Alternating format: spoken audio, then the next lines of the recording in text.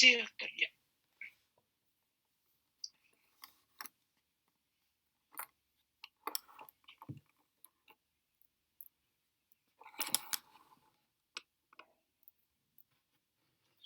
Bueno, vamos a hablar del diagnóstico de la... ¿Pueden verla, doctor? Ya acá.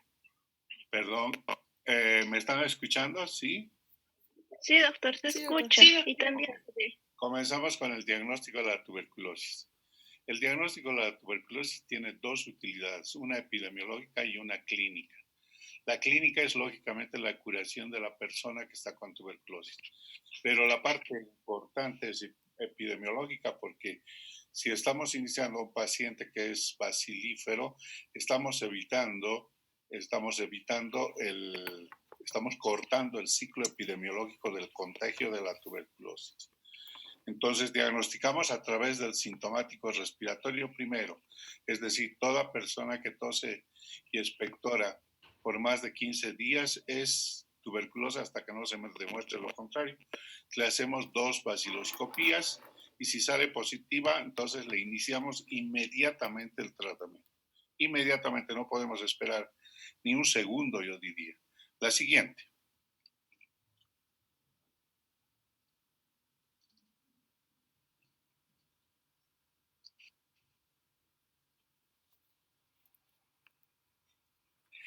Entonces, el aislamiento del bacilo de Koch mediante bacteriología es el principal método de diagnóstico, o sea, ya sea por la baciloscopía o por el cultivo. La radiología, los exámenes clínicos, la historia clínica, etcétera, te sugieren la posibilidad de tuberculosis, pero no te diagnostican tuberculosis.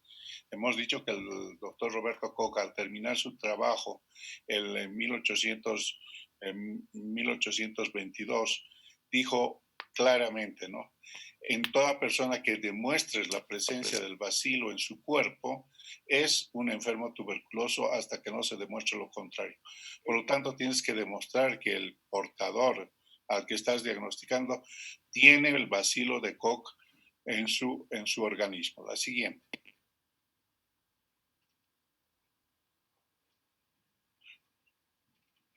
La baciloscopía es el método más barato y el más accesible todavía. Se lo hace con el método de Ziel-Nielsen y son calificados en el método de Ziel-Nielsen en el laboratorio como bacilos ácido alcohol resistentes. La siguiente.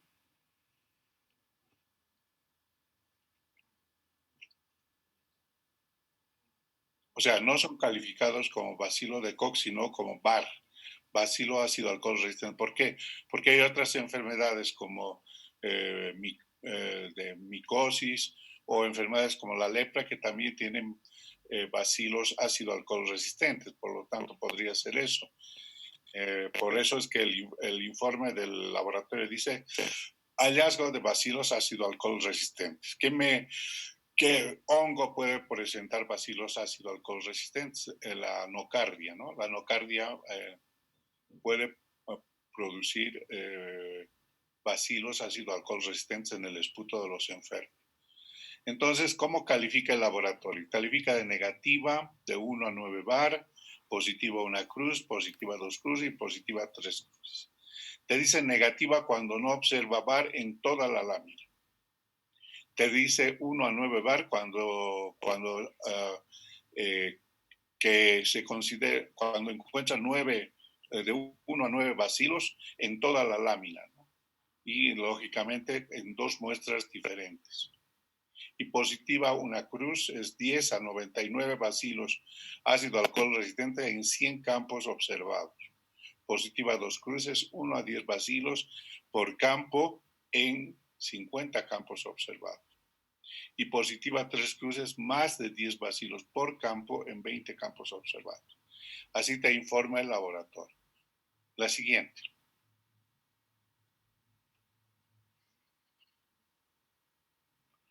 Ya han visto ustedes en microbiología cómo se hace la baciloscopía en esputo con el método de Ziel-Nielsen.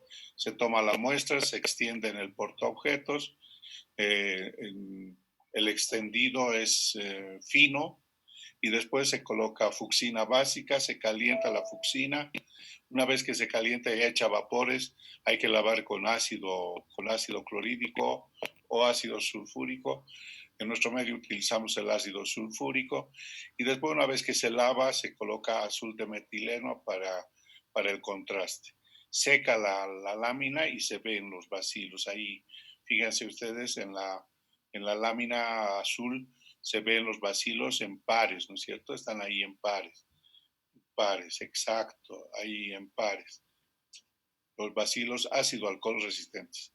Eso es Ciel-Nielsen, ¿no? Ciel-Nielsen positivo. La siguiente.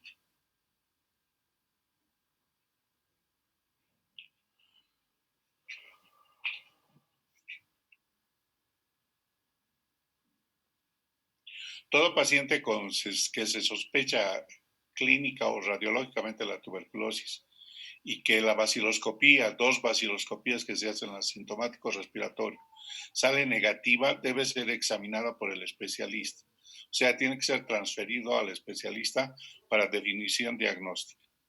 La siguiente. Ese es el cultivo en el método de Lowenstein-Jensen, en el tubo de ensayo. Está inclinado el método, se incluye el esputo del enfermo y si es positivo salen esas colonias verrucosas blancas que ustedes ven. Al lado hay otro tubo con color anaranjado. Esas son micobacterias atípicas, vamos a decir así, potencialmente patógenas, que se llaman escotocromógenas, cromógenas, etc. Esas son micobacterias. En cambio, el del lado, el blanco, colonias blancas verrucosas, esa es la tuberculosis.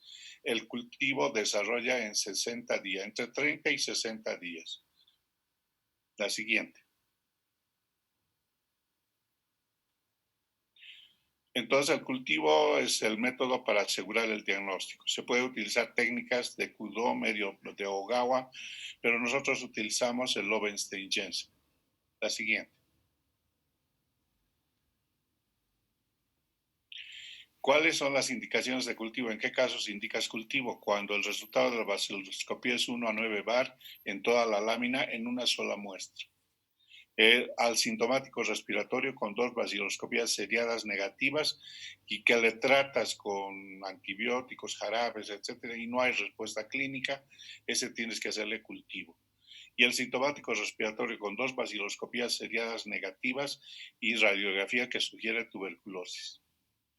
Ya les he dicho que la baciloscopía, para que sea positiva, debe tener de 5 a 10,000 bacilos por milímetro cúbico de esputo. Si no tiene esa cantidad de microorganismos, la baciloscopía le sale negativa. La siguiente.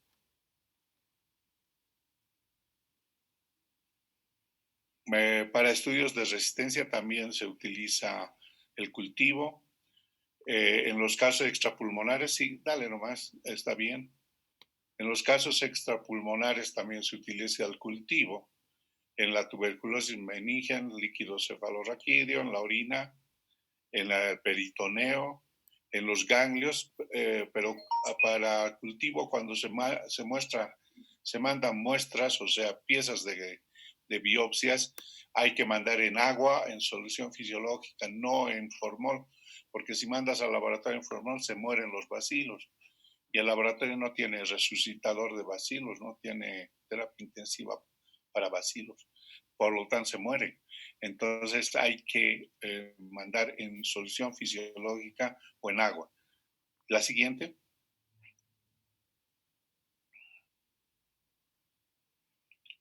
El cultivo aporta 25% del total de casos cuando se informa en una comunidad en epidemiología.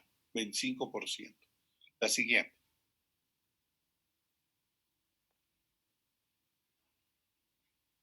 La radiografía, ¿cómo nos ayuda en el diagnóstico? No permite un diagnóstico de certeza, solamente tiene una alta sensibilidad. Es decir, te dice hay lesión, hay caverna, pero no te dice si es tuberculosa, porque la caverna puede ser neoplásica también. Por eso hay imágenes parecidas o idénticas a la tuberculosis con el mismo patrón radiológico. Por lo tanto, no... se fue.